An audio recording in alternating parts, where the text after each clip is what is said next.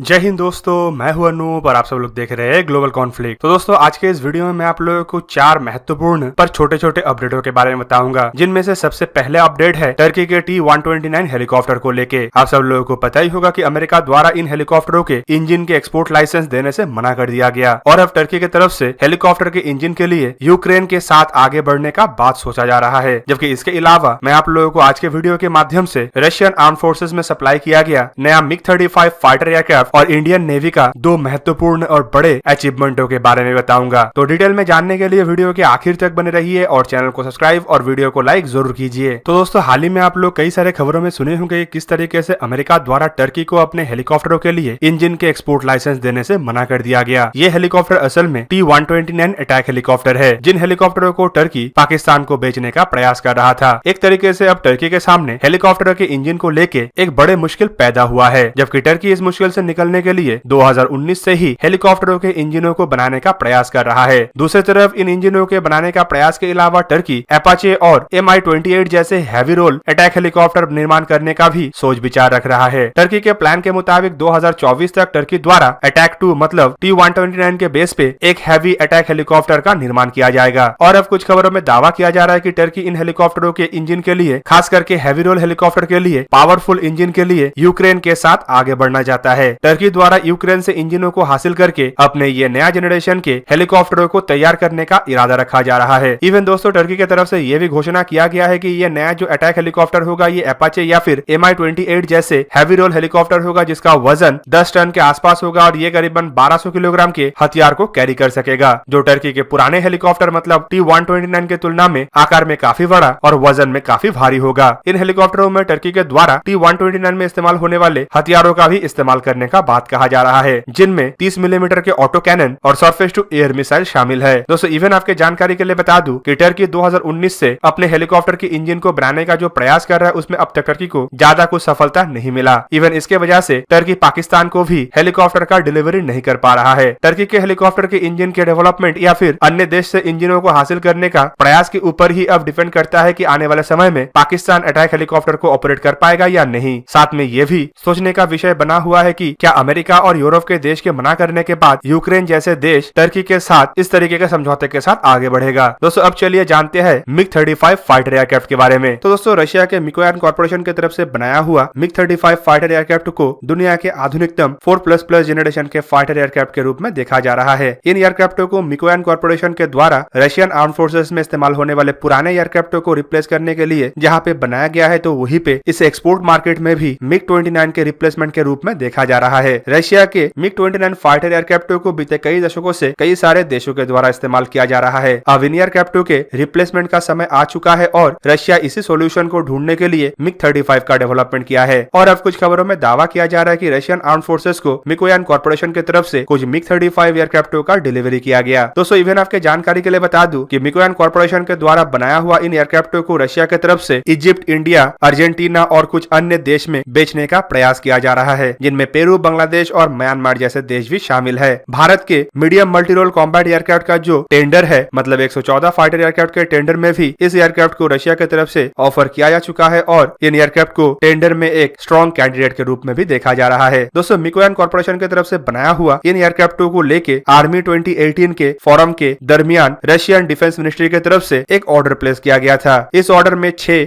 MiG-35UB और MiG-35S fighter aircraft को Russian arm forces में शामिल करना था, जबकि दिसंबर महीने में बताया गया कि रशियन मिनिस्ट्री ऑफ डिफेंस की तरफ से जो MiG-35UB एयरक्राफ्ट का जिक्र किया गया था वो असल में एक ट्विन सीटेड ट्रेनर वर्जन है और MiG-35S असल में एक सिंगल सीटेड फाइटर वर्जन है। और दिसंबर 18 तक रशियन आर्म फोर्सेस में ऐसे कुछ एयरक्राफ्टों को शामिल किया गया है। दोस्तों पहले बैच के कुछ एयरक्राफ्टों को रशियन एयरफोर्स में शामिल करने के बाद मास्क 2019 एयर शो के दरमियान एक कॉन्ट्रैक्ट के तहत मिकोयान कॉर्पोरेशन को कई डजन फाइटर एयरक्राफ्ट निर्माण करने का निर्देश दिया गया। इस निर्देश के तहत अब इन एयरक्राफ्टों को रशियन आर्म फोर्सेस में शामिल करना था, जबकि मिकोयान कॉर्पोरेशन की तरफ से यह भी बताया गया कि कंपनी द्वारा करीबन 36 फाइटर एयरक्राफ्टों को निर्माण किया जा रहा है। और दोस्तों संभावित अब रशिया को इन फाइटर एयरक्राफ्टों में से कुछ एयरक्राफ्टों का डिलीवरी हो चुका है। रशियन आर्म फोर्सेस में MiG-35 एयरक्राफ्टों के डिलीवरी के बाद इसके एक्सपोर्ट पोटेंशियल और कई हद तक बढ़ जाएगा और रशिया द्वारा इसे इस्तेमाल करते हुए इसके खासियत और इसके खूबियों के बारे में जब दुनिया के सामने जानकारी रखा जाएगा तो जो देश इन एयरक्राफ्टों के काबिलियतों को लेके सवाल उठा रहा है उनके सामने भी काफी हद तक क्लियरेंस आ जाएगा। दोस्तों अब चलिए इंडियन नेवी के अचीवमेंटों के बारे में जानते हैं। दोस्तों इंडियन नेवी के अचीवमेंट में जो दो खबर है उनमें सबसे पहले है गोवा शिपयार्ड लिमिटेड की तरफ से तय समय से पहले बनाया गया जहाज को लेके, जबकि दूसरे हिस्से में मैं आप लोगों को इंडियन नेवी के लिए बनाया गया नया ओशन सर्विलेंस शिप के बारे में बताऊंगा। तो दोस्तों 15 मार्च 2021 के दिन गोवा शिपयार्ड लिमिटेड की तरफ से इंडियन कोस्ट गार्ड के लिए बनाए जाने वाले 5 जहाजों में से तीसरा जहाज को डिलीवर किया गया। और दोस्तों ये डिलीवरी इसलिए भी महत्वपूर्ण है क्योंकि इसे तय समय से पहले ही तैयार करके इंडियन कोस्ट गार्ड के हवाले किया गया। 105 मीटर लंबा ये जहाज कोई छोटे आकार का जहाज नहीं बल्कि यह आधुनिकतम एक ऑफशोर पेट्रोल वेसल है जिसे इंडियन कोस्ट गार्ड के ताकत को मजबूत करने का मौका मिलेगा। दोस्तों इवन इस महामारी के दरमियान दुनिया में कई सारे एडवांस तरीन देश अपने डिफेंस इक्विपमेंटों को तय समय पे तैयार नहीं कर पाया। एक्सपेक्ट तो ये भी किया जा रहा था कि ऐसा ही सिचुएशन इंडिया के अंदर भी हो सकता है क्योंकि इंडिया में लगभग 2 महीना लंबा एक लॉकडाउन भी चला था। पर गोवा शिपयार्ड लिमिटेड की तरफ से अपने कुशलता और गुणवत्ता का परिचय देते हुए दुनिया को दिखाया गया कि इंडिया कुछ भी कर सकता है और महामारी के असर से इंडिया के प्रोडक्शन और शिप बिल्डिंग कैपेबिलिटी के ऊपर कोई असर नहीं पड़ा। दोस्तों ये जो ऑफशोर पेट्रोल वेसल है इसे इंडियन कोस्ट गार्ड द्वारा इंडिया के एक्सक्लूसिव इकोनॉमिक जोन के अंदर पेट्रोलिंग करने के लिए इस्तेमाल किया जाएगा, जबकि ये इंडिया के कोस्टल प्रोटेक्शन और कोस्टल सर्वेलेंस को भी मजबूत करेगा। साथ में इंडिया के अंदर अवैध तरीके से घुसपैठ का जो कोशिश किया जाता है उसे भी रोकने में मदद करेगा। दोस्तों अब चलिए जानते हैं इंडिया के सबसे महत्वपूर्ण जहाज के बारे में। और दोस्तों ये जहाज है नेवी के लिए हाल ही में बनाया गया ओशन सर्वेलेंस शिप। और दोस्तों आपको जान के हैरानी होगा कि इस जहाज को पिछले साल के अक्टूबर महीने में ही इंडियन नेवी में शामिल कर लिया गया था, जबकि महामारी की वजह से कुछ महीना ये डिले हुआ, लेकिन फिर भी एक बहुत ही खास और सीक्रेट सेरेमनी के बाद इसे इंडियन नेवी में शामिल कर लिया गया, जिस सेरेमनी के बारे में ना ही पब्लिक में कोई जानकारी दिया गया और ना ही जहाज के खासियत के बारे में दुनिया को कोई जानकारी दिया गया। दोस्तों फिलहाल इकोनॉमिक्स टाइम्स के रिपोर्ट में यह भी दावा किया जा रहा है कि इंडियन नेवी के लिए बनाया हुआ ये जहाज 2020 में ही अपना सारा का सारा ट्रायल कंप्लीट कर लिया था और ट्रायल कंप्लीट होने के बाद ही इसे इंडियन नेवी में शामिल किया गया, जबकि इस जहाज के ऊपर इंडिया 2014 से ही काम कर रहा था। दोस्तों ये जहाज इंडियन नेवी में शामिल करने के बाद इंडिया अब गिने चुने कुछ देशों में शामिल है जिनके पास ऐसे कैपेबिलिटी के जहाज है। दोस्तों ये जो ओशन सर्विलेंस शिप है इसका इस्तेमाल इंडिया अपने multi layer ballistic missile defence shield के लिए करेगा, क्योंकि इसके पास बैलिस्टिक मिसाइलों को ट्रैक करने का क्षमता है और इसमें काफी भारी भरकम और लॉन्ग रेंज के रडार को भी इस्तेमाल किया गया है। दोस्तों इस जहाज को इंडिया के defence research and development organisation, national technical research organisation और इंडियन नेवी के द्वारा ज्वाइंटली बनाया गया है। और दोस्तों आपको जान के हैरानी होगा कि इंडिया के अलावा दुनिया में और सिर्फ 4 ही ऐसे देश है जिनके पास इस तरीके का जहाज है, जिनमें अमेरिका, रशिया, फ्रांस और चाइना शामिल है। इस जहाज के मदद से अब इंडिया समुद्र के अंदर से भी लॉन्च किए जाने मिसाइलों को ट्रैक कर सकेगा, जबकि इसका इस्तेमाल इंडिया द्वारा टेस्ट किए जाने वाले मिसाइलों को भी ट्रैक करने के लिए किया जा सकेगा, क्योंकि ऐसे मिसाइलों का परीक्षण ज्यादातर समुद्र में होता है, इसीलिए लंबे दूरी में इसे ट्रैक कर पाना काफी मुश्किल होता है। पर यह नया ओशन सर्विलेंस जहाज की मदद से इसे आसानी से ट्रैक किया जा सकेगा। दोस्तों आपके जानकारी के लिए बता दूं कि 15,000 टन के ये जहाज को हिंदुस्तान शिपयार्ड लिमिटेड के द्वारा बनाया गया है और इसमें 3 डोम शेप के एंटेना और रडार को इस्तेमाल किया गया है, जबकि इसके अलावा इसमें कई सारे सोफिस्टिकेटेड सेंसर्स और अलग इक्विपमेंट भी है। 2018 से ही जहाज के इन इक्विपमेंटों का टेस्ट शुरू हो चुका था, जबकि जहाज में एक 14 मेगावाट के पावर सप्लाई भी है जो इन एंटेना और रडारों को पावर सप्लाई करता है। इस तरीके के भारी भरकम जहाज को ऑपरेट करने के लिए कम से कम 300 क्रू मेंबर का जरूरत पड़ेगा, जबकि ये जहाज एक हेलीकॉप्टर के साथ भी लैस है और करीबन 21 नॉट मतलब 39 किलोमीटर पर आवर के रफ्तार से ये ट्रैवल भी कर सकता है। फिलहाल जहाज के अन्य खासियत और ट्रैकिंग रेंज या फिर रडारों के बारे में ज्यादा कुछ जानकारी पब्लिक नहीं किया गया है और संभावित इन जानकारियों को कभी पब्लिक किया भी नहीं जाएगा। तो दोस्तों ये था आज का वीडियो। अगर आपको वीडियो अच्छा लगा तो लाइक कीजिए और मेरे चैनल को सब्सक्राइब कीजिए और साथ में बना हुआ बेल आइकन को भी प्रेस कर दीजिए ताकि आप मेरा वीडियो देख पाए सबसे पहले। जय हिंद।